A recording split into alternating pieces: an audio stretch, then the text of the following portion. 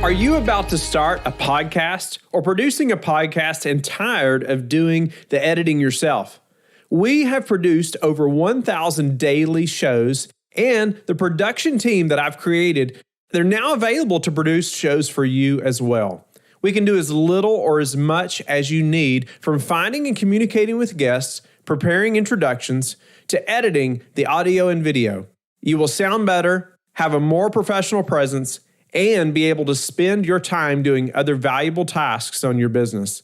Let me know you're interested by emailing me directly at whitney@lifebridgecapital.com. This is your daily real estate syndication show, and I'm your host, Whitney Sewell. Today is a highlight show that's packed with value from different guests around a specific topic. Don't forget to like and subscribe, but also go to lifebridgecapital.com where you can sign up to start investing in real estate today. I hope you enjoy the show. Our guest is Kay Singh. Thanks for being on the show, Kay. Thank you very much. It's my pleasure, Whitney. So you wanted to get into multifamily. You quickly realized how long it was going to take with single family, to scale. So you started pursuing multifamily. You started submitting those LOIs, all of them getting rejected. Quickly, you realized it's a whole new animal, like you mentioned, than what you had been doing.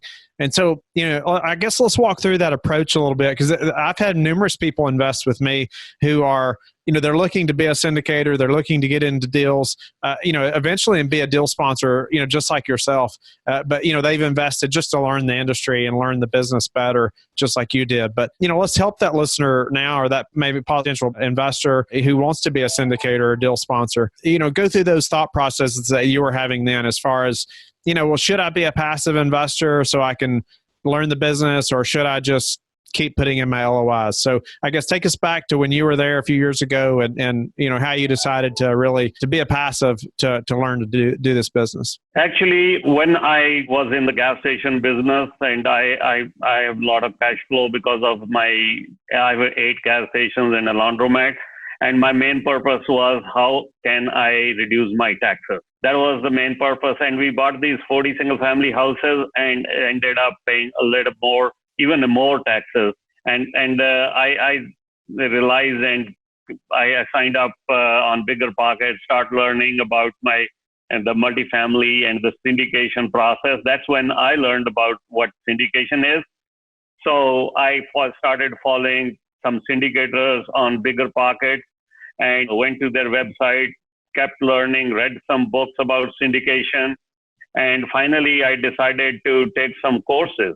So when I started, I was not interested in becoming a syndicator, but I thought I'm going to keep investing passively. But as I started learning, I realized that it was my passion. So I decided to go active instead of passive. But I started taking courses. I took like 4 courses, read a lot of syndication books, read a lot of other books. And also I got into some motivational stuff since I attended Rod Cleve's camp 2 years ago. And it was so motivational. I started learning about motivations and setting up my goals. I had been setting up my goals, but most of my goals I couldn't meet because I was not doing the right way. So I started learning about setting goals, how to set goals, and how to track my goals, and how to be very specific on the goals. So I started learning all that motivational stuff and kept moving on. Onwards and upwards, which is our motto of our company. So I kept learning and kept doing some stuff every day. And finally, I invested in 7 deals passively so far. And in 2 deals, I'm a general partner. So I kept moving on and upwards and onwards. And that's how I got here. Awesome. So you're very experienced as a passive investor. You've invested on 7 deals. Let's help the passive investor, from your experience, to know, who to partner with and what we should be looking for. Maybe some, we help them get started of just a few things that they should help narrow down, right? Narrow down the deals, the opportunities, to quickly say, okay, here's some sponsors that I want to start hearing from, their opportunities. How do we know who those people should be? Okay, how I started I started following them on Bigger Pocket. And I made, look at this here. I have been writing all, taking notes, making links in my Evernote. I'm very passionate about Evernote. I use Evernote a lot. So I made a list of the sponsors who I found on the internet. First, I started with the Bigger Pocket. I made a whole list, and then I started following them on Bigger Pockets. And then from there, I went to their website, did some research, did their track record, how many deals they have done. I went to their website and then started calling them and then interviewing them. And I made a list of all these questions, 42 questions to ask them. And as I kept learning, the list started keeping bigger, making bigger. And then I made my criteria. I wrote down my criteria of investment. That was passively. How do I pick up my sponsor? How do I pick up the deals? And so I wrote down the criteria. And finally, I picked up one sponsor to start with, the closest one in Indianapolis, which was Ivan Barrett, and invested with him in the deal and kept learning. And then I got access to the reports. Every 3 months, they send the reports. I go to the portal and I can download the reports and read those reports, what's going on the property. And also I could see the money flowing in. That's how I figured out. And I did research on several other sponsors too. And I'm invested with 5 different sponsors. So what about that criteria? Could you help us with that criteria, or somebody that, is just getting started? They don't really understand how to even come up with the criteria they should have. KK. So help them build their criteria for that. That deal sponsor the criteria like you had. Okay. First of all, in my criteria, number one is the strong growth market. I want to look at the population of the market.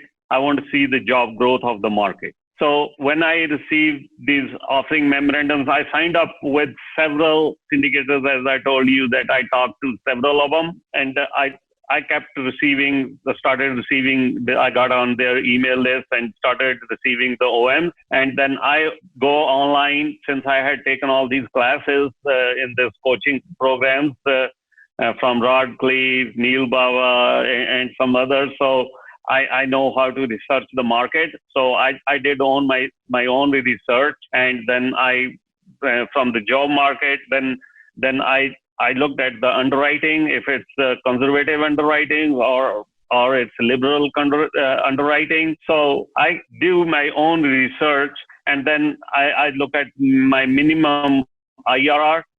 I want my money to double in 5 to 6 years. And I always invest where the investors have a skin in the game. That's one of my criteria. And then I want to look at the cash on cash return, the return, annualized return, and the IRR. And I like to exit within 5 to 7 years. And this criteria may differ from person to person, depending on their goals and their financial ability to invest. But this is what my criteria I wrote down. And I'm also going to be at some point investing in other asset classes like the mobile parks and the storage units. But I'm now focusing on the multifamily at this time. So. I think one key thing though about you, KK, we've talked at numerous events and stuff now, and it's been great to get to know you and just your growth in this business as well, and see that happen. But one key thing about you is that like you have educated yourself. I mean, you have really spent the time, you've spent the money, and you've met the people in the business, and you have educated yourself. And so, even if you never became general partner or deal sponsor, like you're much more educated, you're much more savvy about investing in these type of opportunities because of the work you've done, beforehand. And so even talking about, a strong growth market and knowing where to find that information and what that should look like especially to the underwriting and numerous other things you mentioned. Most investors or most people, they're busy with their other business or their day job, whatever that may be. They don't want to have to take the time to educate themselves like you have, so I feel like you're much more savvy than most, but maybe for the listener, what kind of, let's break a few of those down, as far as the like strong growth market, job growth, what's going to help you see that, okay, this is a good market as far as job growth and population growth? Do you have a couple specific things on the amount of growth or anything like that? Or maybe where you would find that information? Yes, Whitney, if there is no job growth or if there is no population growth, you cannot expect your occupancy to be higher. You cannot expect the rents to go up. You always, if the population is going down, and there are going to be, it's a demand and supply thing. So if the population is going down, definitely the vacancy is going to be higher. And if people don't have money, if the people are losing jobs as they did in 2007-8, then what they do is normally they consolidate themselves. If son is living separate, then they'll move with their parents so that they can make the both ends meet. So I think these are the basic points. Population and the job growth are the two keys that everybody should be looking, even they invest as a limited partner or a general partner, or even if they buy a property for themselves.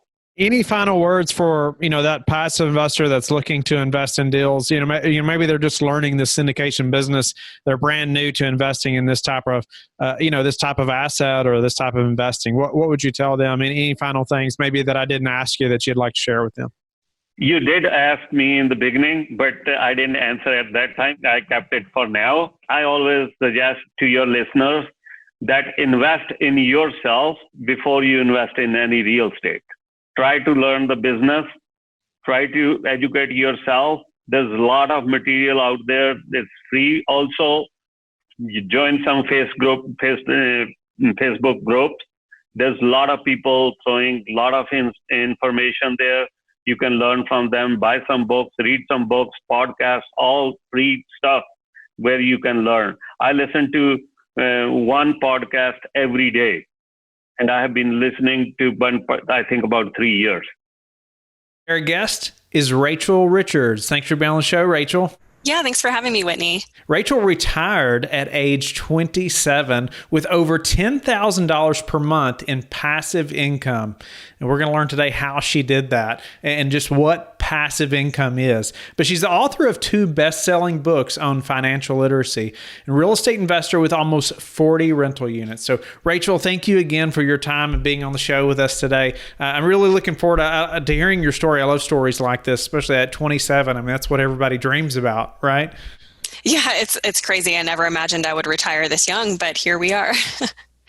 So give us a little more about, that story, or, I know we want to jump into it, but let's go back a little bit. Is real estate always been a dream of yours? Was it something that you saw somebody else do when you were a teenager, or, get us started a little bit?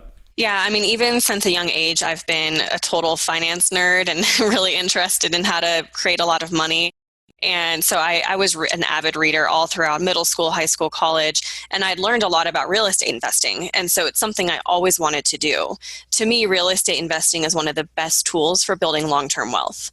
So 2017 is when my journey of creating passive income started. At the beginning of that year, my husband and I had $0 in passive income. So that year we invested in our first rental property. We purchased our first duplex. And then later that year, I wrote and published my first best-selling book, Money Honey. So we had these 2 passive income streams, rental income and royalty income. And we focused on growing those as much as we possibly could over the next few years. So fast forward to today, we now have almost 40 units. And last year, I just launched my second book. So my book royalty income has increased significantly. And that is how I was able to quit my job and retire last year at the age of 27. Wow. Okay. So, I guess, how did you educate yourself and what pushed you into real estate at that time? Most people are pursuing some type of career or corporate career, some other type of avenue. What was it for you? Yeah, I've had a pretty varied background. I started as a financial advisor, but even before then, I was reading tons of books. That's primarily how I learn anything. But then I was licensed in my Series 7, Series 66 license to help people invest. And then I actually took a job in a real estate position where I was working for somebody who was flipping properties. And I took the job because I knew I wanted to do it myself. So I figured this is going to be a great learning experience for me. Ended up getting my own real estate license just for the sake of me purchasing my own investment properties. And that's how I really got into real estate investing. So what was it then that, okay, so now, you've got the bug, you're like, okay, we're going to do this. You're educating yourself. I guess first though, give us a couple key things that helped educate you. And even, let's start there. What were you reading? What was educating you to make you take action like that? Yeah. I think one of the first books I read about real estate investing was Rich Dad, Poor Dad, because he talks about it. And then I was like, this sounds really cool. And then from there, I read all sorts of books. So one of my favorite books about rental property investing specifically is called Hold by Steve Chater and the McKissicks. It's so, so good. I still use some of their templates to do analysis. So those are some great resources. And then, one of the things you have to be really good at from the get-go is doing your projections and doing your financial analysis. So it's important to have a really great spreadsheet or calculator or some type of resource where you can project out, okay, here's how much I think I'm going to be able to rent the property for. Here's the vacancy. Here's all of the expenses. And then being able to look, the two metrics I look at are the cash on cash ROI and the capitalization rate. So I kind of focus on those two things and the cash flow. And other investors focus on a lot of other metrics, but in my opinion, those are the three main metrics to focus on. So I just think having a good understanding of those, what those are, and being able to accurately project out your rental income and expenses, that's really important. Okay. Yeah. And projecting things like that. Any other tips for projecting those items? And maybe you could list those again, what you said were, most important to you. Yeah, the rent revenue you have to project. And the way I do that is I basically look on Craigslist and Zillow to see what are the other active rentals to come up with a pretty good estimate. And then I always make it conservative. So if everything else out there that's similar to my property is renting for $800 a month, I'll just be a little conservative and maybe I'll estimate, okay, I can get $775 a month for this unit. Then you have to take into account the vacancy rate as well, because it's not going to be rented 365 days a year. You're going to have some turnover. So you really need to account for that. Most investors use an 8% vacancy rate, which means that the property would be vacant for 1 month out of the year. Now, I think that's very conservative.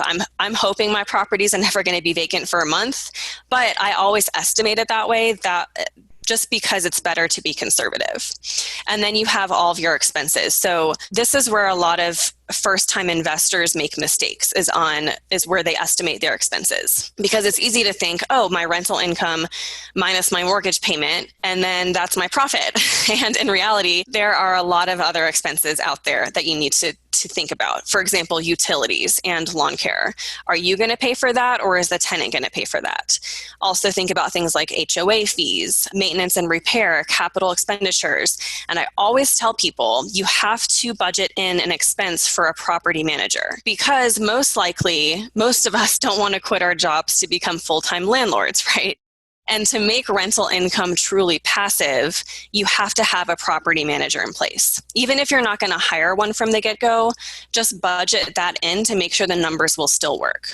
So that's kind of what I start with to estimate my net cash flow. And then from there, I like to look at the cash on cash ROI, which basically takes your annual profit divided by your initial investment. And that is an important metric for me because I want to at least be able to beat the stock market.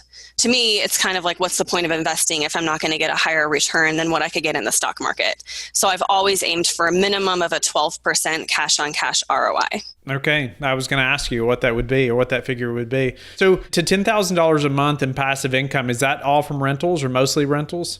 So it's actually closer to $15,000 a month now, but I would say in a normal month, not during coronavirus, but in a normal month, we are profiting anywhere from $7,000 to $12,000 per month from the rentals. And then my book royalties make up the other big chunk. So in February, I just had my first $7,000 month in book royalties. Thank you for being a loyal listener of the show. Please subscribe and share it with your friends. We want to help you become the passive investor you've always wanted to become, but also the operator you've always wanted to become. We want to be the #1 resource for your real estate investing journey. But go to lifebridgecapital.com where you can start investing in real estate today.